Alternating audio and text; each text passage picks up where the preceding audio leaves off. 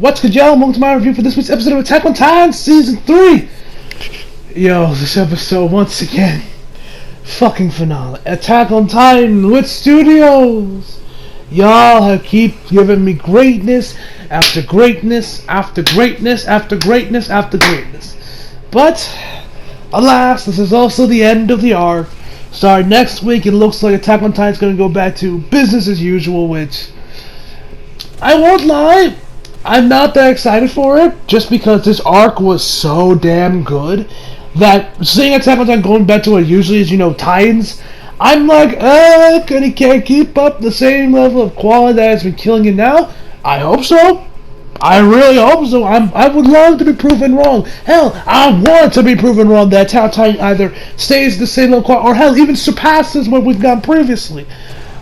But with it focusing back on Titans, I don't know if we can get that same, oh my god, holy fucking shit, what the fuck did I just watch kind of stuff that we've gone throughout this arc, the surprises, the reveals, everything. Now, I would love to be surprised, and maybe and it looks like we'll probably definitely see some crazy shit in this arc, but I don't know if it'll end up being the same quality as we got with this arc. I would love to be proven wrong, I want to be proven wrong, but yeah. But before we begin, allow me to talk about the dub this week, because as you know, Toonami, dub, fucking phenomenal. The dub was great. We're finally starting to get around to the episodes that I've been really excited to see dub. I can't wait to see what Funimation does with them. So yeah, I'm hype as hell to see see how the dub compares, because you guys know how much I love the dub for Attack on Titan. Anyway, let's talk about the episode. So we start this off. We got the military police. They're pretty much just setting up the arena, setting up this little stage, which ends up being for Astoria's, being crowned the queen. They put down the flag and everything, so we're good there. Then we head over to my man Levi, searching the area to where they are. Pretty much where the underground layer was for the Titans and everything. Go explore that. Levi G's just looking around, just seeing these corpses, and then this one dude comes. He's like, "Captain Levi," and I love Levi when Levi says he's like, "Yo, what? Your face looks like you're leaking shit." I don't know what Levi means by that, but I do not like the image that's in my head right now. Thanks, Levi, for putting that in my head. Anyway, we then head over to our boy Kenny, where we then learn his past. So we see our man Ken, he's just started swinging wildly, or then he's picked up by a Titan hand. We find out that this Titan hand belongs to Uri. I have to say it like that. To Uri, which you guys remember is Rod's brother, and definitely a man that has had some connections with Levi, or not Levi, Kenny. And Roy got his gun. It's like, alright, Uri, keep him there. I'm going to shoot him. So like, no, don't shoot him. No. He puts him down. Gets out of the little Titan body he has, which he's not even fully in the Titan. He's like legit, just has Moses bio, just with his arm inside. I guess that's just like the expert control the Reyes family has of their Titan forms compared to because we've seen Eren. We've seen Eren just been struggling with controlling the Titan with his Titan power. So he's been getting better and better and better as we've seen out through the series. Anyway, so. He puts him down, and actually, while he's actually, next, one thing I forgot to mention, actually, right before he puts him down, you see, and then Kenny starts, begging for his life. He's like, oh, I forget half the shit he was saying because he was just talking so fast, but he was talking, Kenny was even talking about how really that he was just, that the only thing Kenny knew was violence, and even that failed him here. So all he did was beg for his life, and he even mentioned that even the whole Akarman, grudge really didn't mean much to Kenny at all. And I forgot to mention, Roy actually and Uri actually talk about how that it was most likely that they knew that this dude was most likely a member of the Akarman family, because that he's probably like an assassin because someone tipped him there. Because as we know, the Reyes family and the Akarmans do not like each other. They're kind of beefing at the moment. And so he puts him down. And actually what he does, and actually I keep forgetting to talk about this. Right before he does eventually put him down, Kenny, because it was like a last resort to to like kill him to get his target. He like throws his knife right at him, but Urui catches like has the arm, just has his knife just goes straight through his arm, like right like almost like really close to his throat when it actually like goes all the way through his arm. It's like probably like a few inches, probably maybe like an inch away from his actual throat. So it was like so Kenny, the man got some good aim, and so he then puts him down, gets out of there. Keep in mind, the knife is still in his arm. He doesn't take it out. He actually, he talks about how that you're a member of the Arcarman family, so your hatred is justified. Where then he actually bows before Kenny. Not the whole halfway bow. No. I mean on his hands and his hands and knees bow. He's talking about how that he is to be cramped in such a small wall, paradise. I am a fool and some other stuff. And Kenny is just like he pulls out a gun on him when he started getting closer to him. And Kenny just sits there as he is just and Kenny says actually that what he did, what Uri did, bowing before, as he said, such trash as himself, rattled Kenny to his very core. Pretty much making him a changed man, to where he, after everything was all said and done, he asked Uri to help him. He asked him if he could help him, and Uri nodded.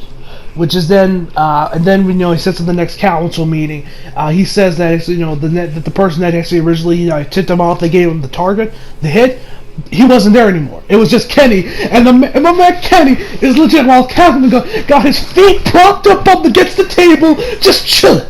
He just chilling. He don't care. My man Kenny is just sitting on, has his feet on that table, just being like, yeah, whatever, motherfuckers, I'm here, just chilling. I'm chilling.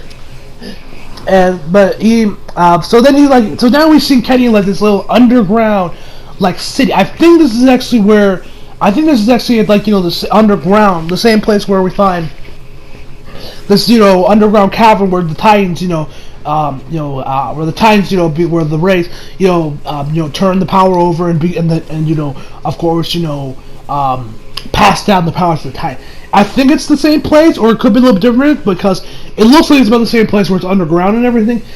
And so then he looks for this person called Kuchel, I believe that's how you pronounce her name. He's like, oh yeah, Kuchel, yeah, she's been sick recently. She hasn't come out of her room. And so Kenny gets over there, and the woman looks like a fucking skeleton with skin on it. And then he's like, oh man, Kuchel, you've lost a lot of weight since I last saw you. And then we hear this voice saying, she's dead. We turn around, and it's the same skinny little boy we saw in episode 2. You guys remember when Kenny was like, when Levi was being chased, he said, Kenny, why did you join the military, please? And they have those like brief shots just flash before the camera. We see the rest of it here. Where my suspicions are officially confirmed, where Kenny asked him, like, hey, what's your name? Levi. Just Levi. So, that was indeed Levi. That walking, stalking, already at death's door, skeleton, corpse, whatever you want to call it. It's like, man, my man, like, how has Levi lived? Like, how long has he been like that? Now I'm no doctor, but for the human body to look like that, I would say Levi has probably been starving for, I don't know, a good maybe month, with his skin as pale white as it is, with him barely having any meat on his bones at all. I would have to assume that Levi's been like that, starving, just barely scraping by maybe like a month, maybe more, in all honesty. So, and since Kenny is a completely heartless bastard that has zero soul, he gives the kid a meal. He doesn't just leave him to die. But he said he wasn't gonna leave him alone, but he wasn't gonna become his father either. He was more or less just going to teach him, like being like, I guess you could say a father figure, but more like, I guess you could say like a mentor in Kenny's eye. He was more of a mentor to Levi, where he pretty much just taught him survival, his way with a knife, how to greet people, and how to say hello. By that I mean beat the living shit out of them and interrogated them. And he just taught him really how, like as he said, the only thing you really need to know in this world is power, and that's all you need to know. And we see Levi, generally gets this skin. And actually, when we see Levi, she gets first meal. The man gets like these 2 rolls. He's just like, like, of course, like the kid, like, Levi just starts eating them up, like, like crazy. He's like going like real fast, obviously, because like I said, the man looks like he hasn't eaten anything in like a month, probably more. But I'm no doctor, so I'm not going to. But it's probably, so I could be a little bit wrong on my estimations here. So and throughout the time we see Levi get older, and we see the color return to his skin. He even talks about how, like he said, he wasn't gonna be like a father to him. He even said, like, if you wanted to go above ground, that was his choice, but he can only do it himself. And another thing I loved about this episode was the music. The music in this week's episode. Oh, was it phenomenal! I love this week's episode. I love the music in this week's episode. It was like, and one other thing I loved was when Kenny and Levi had their first interaction. I love just the overall cinematography that was in that scene, and how Kenny, like, how just went up against the wall, just synced in, and he said, "Kenny, just Kenny," like voice acting, amazing as always. So anyway, back to the episode. So then we get to like this little, I guess you could say, church area where Uri is just preaching about love, peace, blah blah blah blah blah blah. Where we then get to like this little, like, I guess you could say, lake pond area where Uri is. Where we find out that Uri is dying, and that we find that Titans aren't immortal, or Titans, I should say, aren't immortal. They can still die from disease and just from age, because that's apparently what Uri is dying from, is just old age and disease, I guess, from at least from what Kenny said.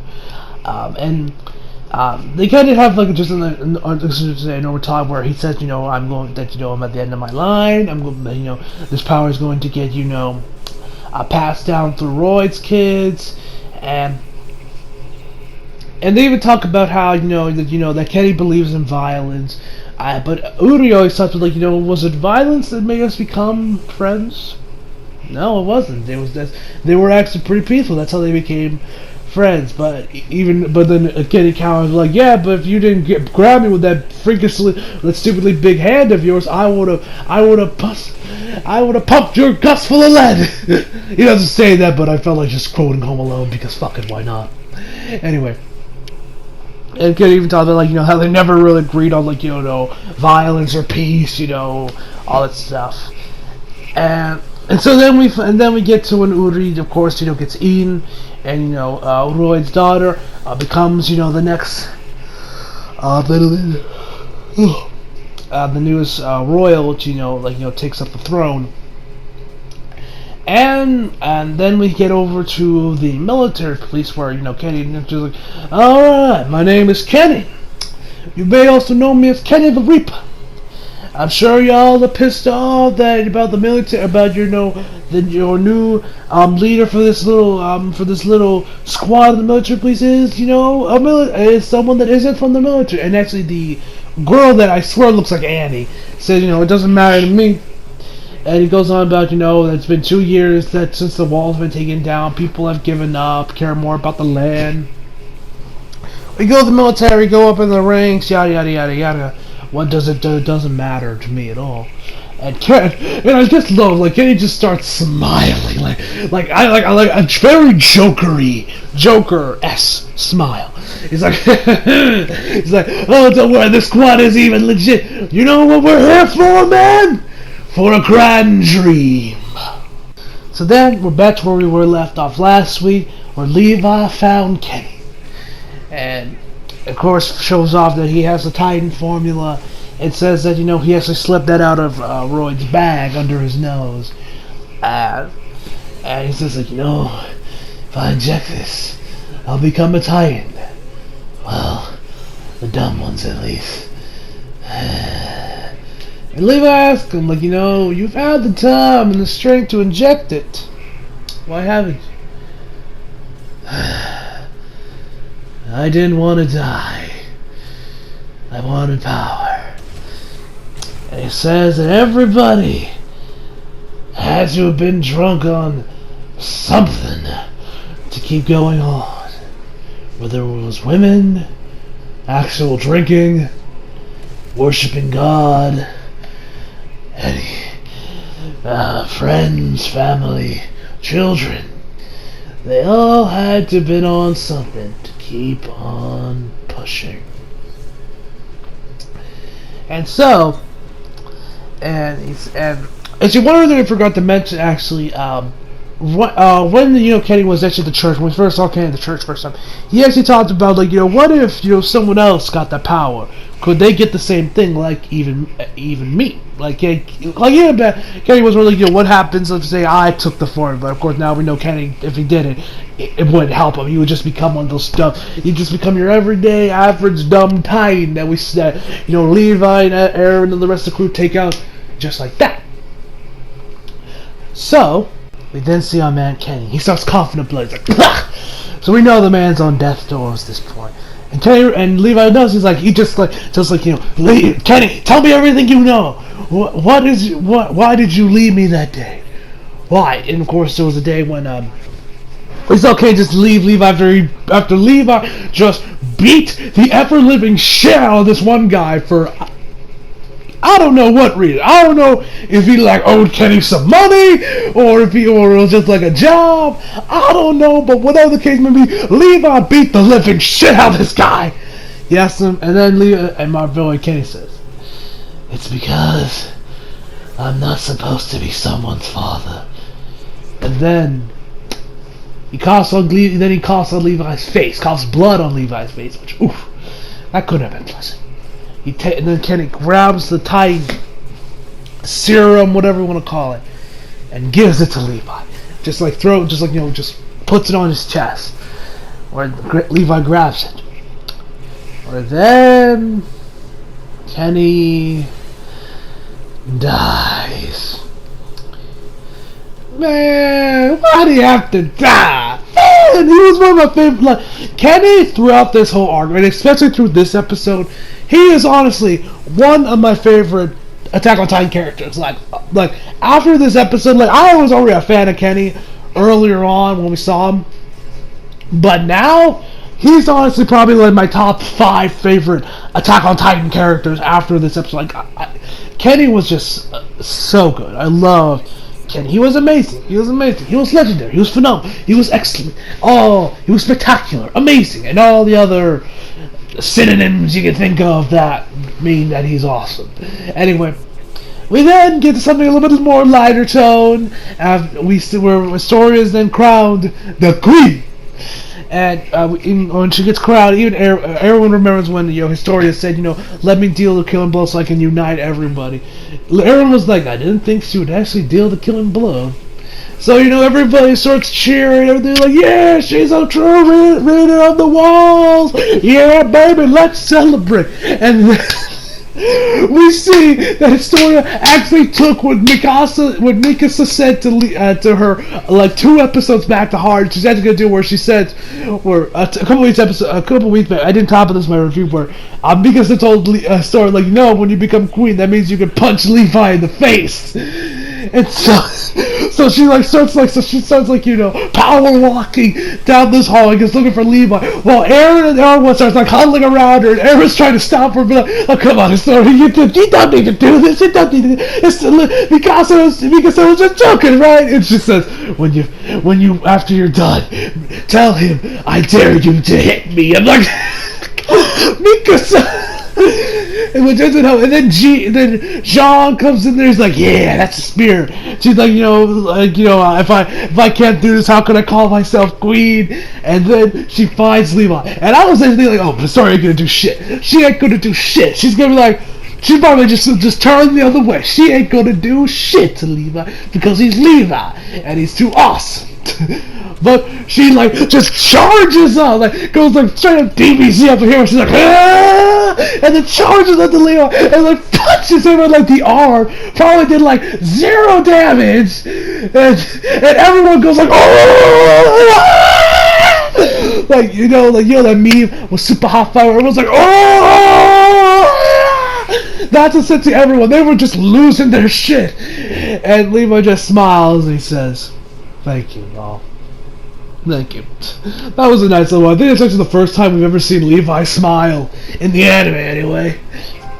So, We then head over to pretty much like this is the setup going to be for next episode, the next arc, which is going to go back with Reiner, Bertolt, and the Beast Titan on their journeys. We'll probably learn a lot more about who are these warriors, all the stuff. We might see Anna make her return. We'll be seeing a lot of stuff most likely in this arc. Judging from the OP, we're going to get some interesting flashbacks because in the OP we see Reiner, Bertolt, and Annie when they were kids, so that's going to be interesting, and how they might, and I'm curious how that's going to tie in with the Lost Girls OVA, just because. And by the way, in case you guys are wondering where my review of the last episode is, I still haven't watched it yet. I've honestly just been too busy to watch it. I'll most likely be watching it this Friday. I think that's when I'll watch it, and then I'll of course review for you guys. So expect it most likely next week. Anyway, because as we know, the Lost Girls OVA was a 3-episode OVA series focused entirely on Mikasa and Annie. Well, we didn't get much of Annie. It was on just showing up what she was doing between the first 2 arcs of Attack on Titan, which took place after the first arc but before the female Titan arc. It was really just showing what Annie was up to before that, but while also at the same time giving us little flashbacks here and there to Annie's past. So I'm curious if it's going to really tie into any of that, or it's just going to act like the Lost Girls OVA don't exist, because we've seen characters from the Lost Girls OVA that acted some way, but then acted completely different completely different than how they did in the anime, which I did say about it in my review when I was talking about Mr. Bulkhead and that other chick, how that chick acts oh, I don't give a shit, and you take care of the thing, and then she acts oh, seriously, you bastards, you kill Annie, she's missing out, but did you feel I understand you've probably seen all those dead corpses and everything, probably had her make a complete 180 in her personality, but it's still kind of you were didn't give a shit before Lost Girls, now you suddenly care? Okay. Anyway, so we see Bertolt be like, Reiner!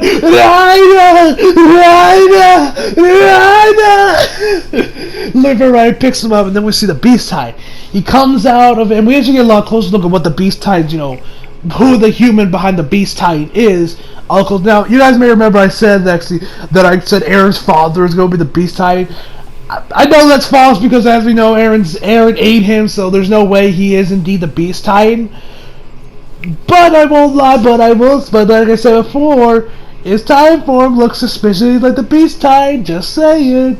I'm not saying no, I know it's not gonna be him, it's just some other guy that's gonna see his blonde hair, so maybe for all I know it's Reiner's father, for all I know. Or hell, it could be Annie's dad, for all I know. We'll have to wait and see. I'm definitely intrigued by the next arc, but I don't think it can honestly just keep up, be on the same level as this arc, because this arc was so damn good with the reveals and everything. This arc better be dropping me some major stuff if it wants to compete with this arc, in my personal opinion. Anyway, so my final verdict for this week's episode is, of course, a 10 out of 10. Another phenomenal episode. Attack on Titan just keeps bringing the goods, and there's no sign of stopping. Hopefully. Anyway, so hope you all enjoyed the video. Leave a like if you're subscribed if you're new. Follow me on Instagram, Twitter, if you like. Link to our tracks below. As always, come back for more. See you guys next time.